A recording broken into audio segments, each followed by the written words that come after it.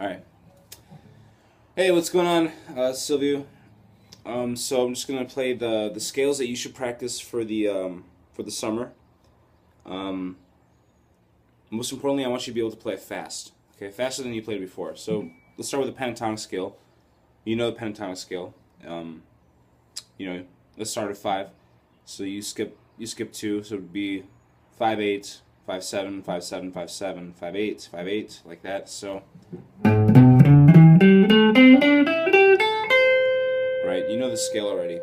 But what I want you to get good at is using hammer-ons to get to the bottom faster. So you hammer on like that. Hit the note first, then you get your finger and you apply pressure. You probably already know that too, but to get there even faster, what you want to do is, after you've done the hammer-on, as you're doing the hammer-on, you want to take your first finger that you use to hit that 5. You want it to be moving already to the next string. So watch my finger carefully. So it's everything's like in a very consistent line. And when you get fast enough, you'll be able to play it really fast. So or backwards. So that's a pentatonic scale. You know that one already. I'm going to show you a different pentatonic scale. It's more spread out through the fretboard. It's a much bigger one. It's a little challenging, but I mean you can rewind this video as many times as you have to learn it. So we'll start at the 5 again. Instead of skipping 2, like we did in the first scale, we're just going to skip 1. So it's going to go 5 to 7 on the E string. So 5, 7. Same thing on the A string. 5, 7. So that's the first part of it, like that. Okay. Once you do that,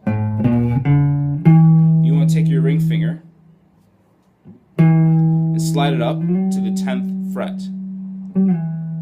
So from here to there. So it should sound like this. Okay. So after that, you want to take your first finger and you want to go from the 7 to the 9. Right? So it'll be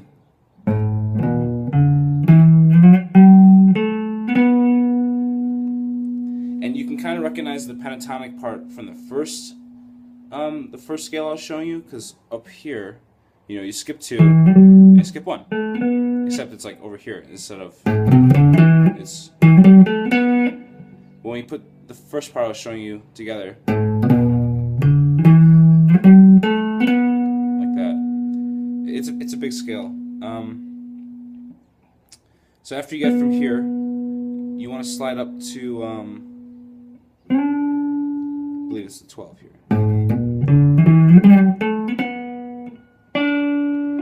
Oh no. So you want to go from the 7 to the 9, or 7 to the 10, 7, 9, 7, 9, 12, so 11, no, it's 10, sorry. Oh, crap. Sorry, it's a lot to explain, but here, look very carefully on the camera and just mimic what you can. So it'll be.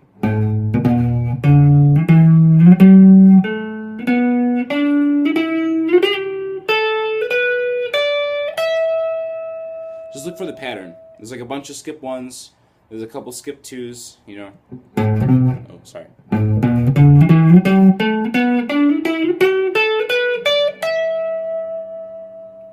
Listen to the video. Use your ear.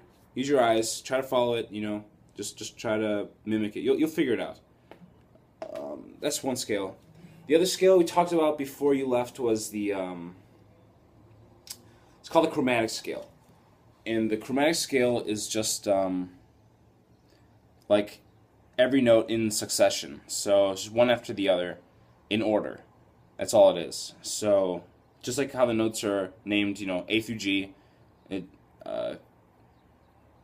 you were to play it chromatically, you go like A sharp, B sharp, C sharp, like that, all the way till you get to G. So a good way to practice the chromatic scale is I like to start here at the 8th fret. And what you're going to do is on each string, you're going to be playing 4 notes in a row. After you play 4 notes in a row on one string, you're going to jump to the next, but you're going to start 1 fret less than the first set of 4 notes, and you're going to play, those 4 notes again, and it's going to keep on going diagonally as we get lower into the fretboard. So it's going to look like this. 1, 2, 3, 4, 1, 2, 3, 4, 1, 2, 3, 4, 1, 2, 3, 4, like that. So it would go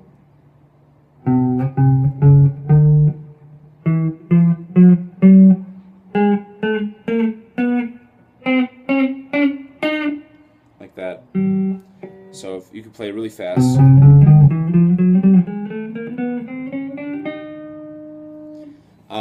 I recommend strongly that you use your pinky for this.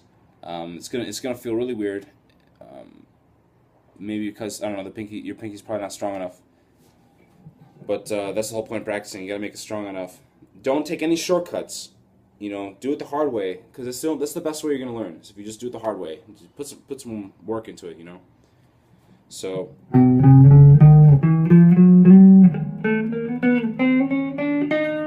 Now, the interesting thing about the chromatic scale is that, I start here, the next string starts there, diagonally, such.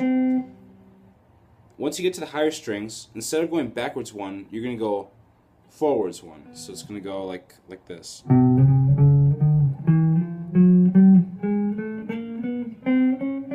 Forward, and then back again. And then play that backwards.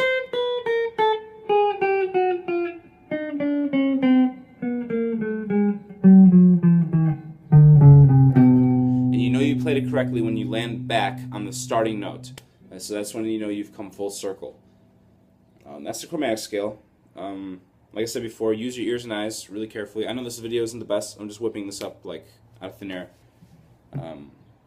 But these are essential scales that you need to know. These two, just to be able to build dexterity by playing them fast. You can just make cool sounds with these scales. It lets you. It gives you like the key to like all the doors between the frets. You can travel. You can find a way to travel between the frets. So like I was saying, that longer pentatonic scale, like here, I'm gonna do pentatonic scale up here. I can go like this, up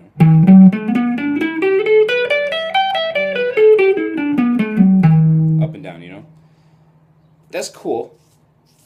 But you can also stretch it out and make it sound a little cooler by doing the thing I was showing you starting here. So.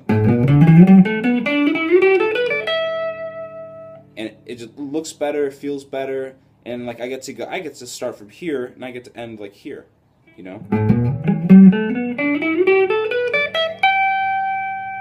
And then you can even connect this pentatonic scale with what you just did. So. Oh, sorry.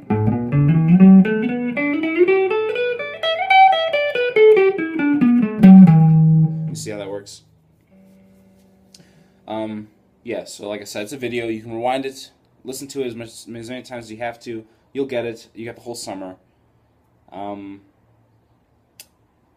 Those 2 scales alone are enough for you to practice as an exercise, like every single day. At the same time, you should go online and like try to find like your favorite songs or something with simple chords. Don't try anything too crazy. Don't try anything you can't handle. But learn some chords. I know you know a few already. Oh, you got to know the F or the barred version. So the F is just an E like this. The E. The E chord. This is, that's the E. So 2, 2, 1. starting from the A string. Alright, so that's the E. And F is just an E moved up. Except you just put a finger here and a thumb there for bass. Or you can bar the whole thing. You can look on YouTube on how to play barred chords. And, I mean, you already know what to practice. Just practice power chords. Practice whatever you've been, learning with me. Just practice that.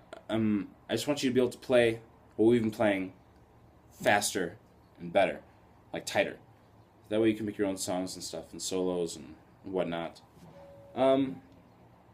Another cool scale I'll show you is it's a mix between the Dorian scale and an arpeggio. So the Dorian scale looks like this.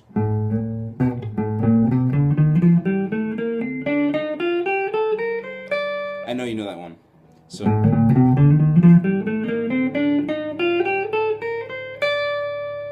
that's the Dorian scale, and then I mixed in an arpeggio when you descend.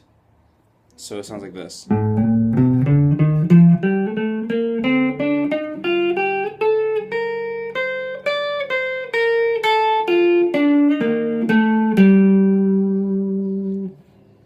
So the difference was one from here, back 1 to the 5, and then all diagonal up here. So you go.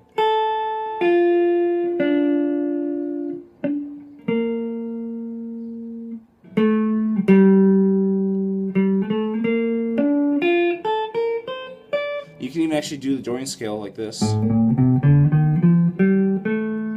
Once you hit this note, you just go diagonal all the way to the 5 on the E string.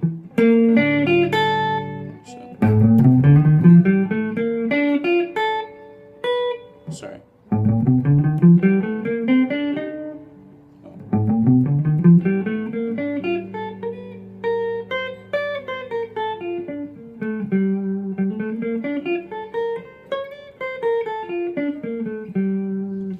And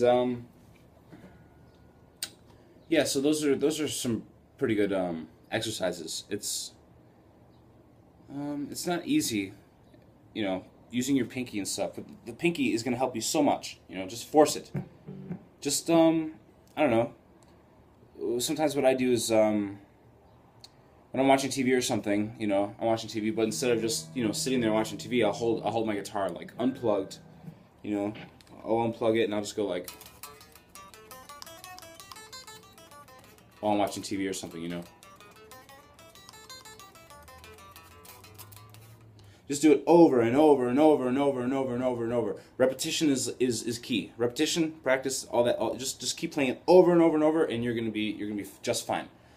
And then when you come back, if you've mastered all this stuff, then we'll be able to move on to the more advanced stuff. Like, for one, we'll be able to learn that Santana song.